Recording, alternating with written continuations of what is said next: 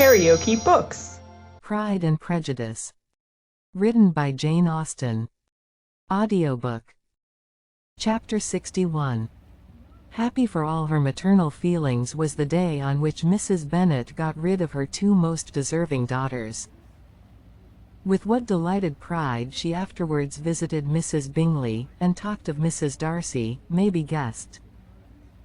I wish I could say, for the sake of her family, that the accomplishment of her earnest desire in the establishment of so many of her children produced so happy an effect as to make her a sensible, amiable, well-informed woman for the rest of her life, though, perhaps, it was lucky for her husband, who might not have relished domestic felicity in so unusual a form, that she still was occasionally nervous and invariably silly.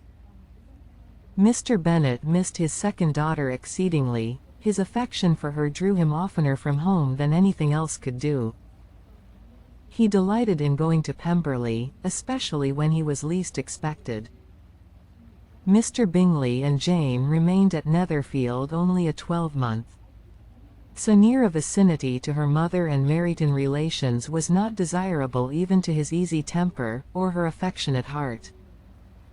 The darling wish of his sisters was then gratified. He bought an estate in a neighbouring county to Derbyshire, and Jane and Elizabeth, in addition to every other source of happiness, were within 30 miles of each other. Kitty, to her very material advantage, spent the chief of her time with her two elder sisters. In society so superior to what she had generally known, her improvement was great.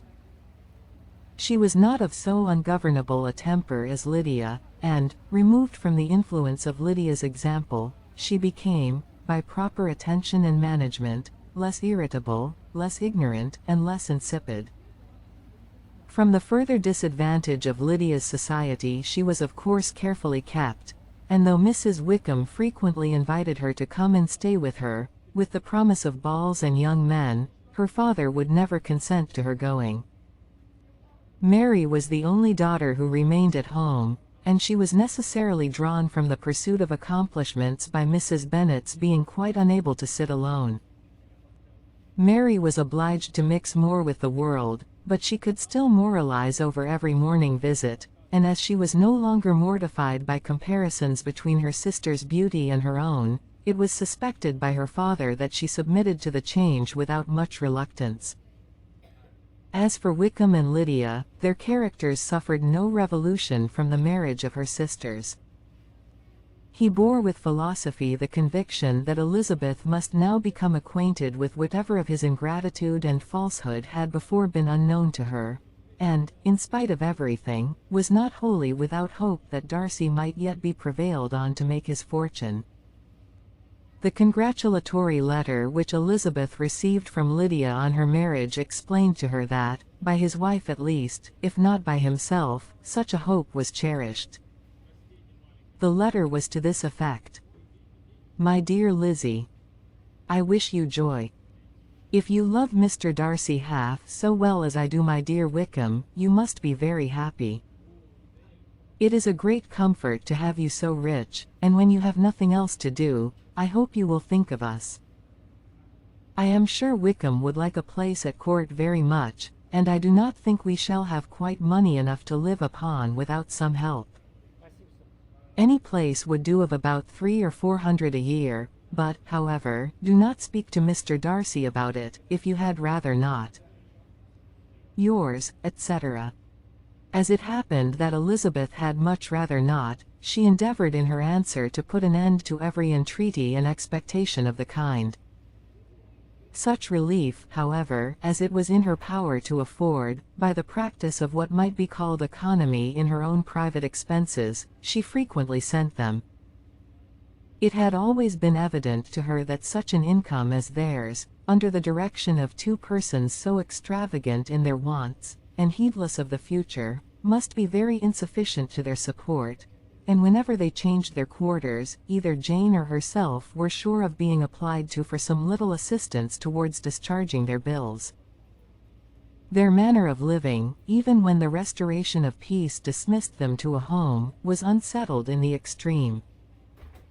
They were always moving from place to place in quest of a cheap situation, and always spending more than they ought. His affection for her soon sunk into indifference. Hers lasted a little longer, and, in spite of her youth and her manners, she retained all the claims to reputation which her marriage had given her. Though Darcy could never receive him at Pemberley, yet, for Elizabeth's sake, he assisted him further in his profession. Lydia was occasionally a visitor there, when her husband was gone to enjoy himself in London or Bath, and with the Bingleys they both of them frequently stayed so long, that even Bingley's good humour was overcome, and he proceeded so far as to talk of giving them a hint to be gone.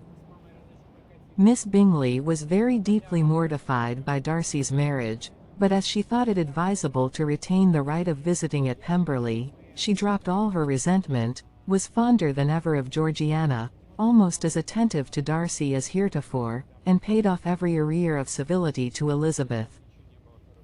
Pemberley was now Georgiana's home, and the attachment of the sisters was exactly what Darcy had hoped to see. They were able to love each other, even as well as they intended. Georgiana had the highest opinion in the world of Elizabeth, though at first she often listened with an astonishment bordering on alarm at her lively, sportive manner of talking to her brother. He, who had always inspired in herself a respect which almost overcame her affection, she now saw the object of open pleasantry. Her mind received knowledge which had never before fallen in her way. By Elizabeth's instructions she began to comprehend that a woman may take liberties with her husband, which a brother will not always allow in a sister more than 10 years younger than himself. Lady Catherine was extremely indignant on the marriage of her nephew, and as she gave way to all the genuine frankness of her character, in her reply to the letter which announced its arrangement, she sent him language so very abusive, especially of Elizabeth, that for some time all intercourse was at an end. But at length, by Elizabeth's persuasion, he was prevailed on to overlook the offence, and seek a reconciliation, and, after a little further resistance on the part of his aunt, her resentment gave way, either to her affection for him, or her curiosity to see how his wife conducted herself, and she condescended to wait on them at Pemberley, in spite of that pollution which its woods had received, not merely from the presence of such a mistress, but the visits of her uncle and aunt from the city. With the Gardiners they were always on the most intimate terms. Darcy, as well as Elizabeth, really loved them, and they were both ever sensible of the warmest gratitude towards the persons who, by bringing her into Derbyshire, had been the means of uniting them. If you liked what you heard, please subscribe to the channel.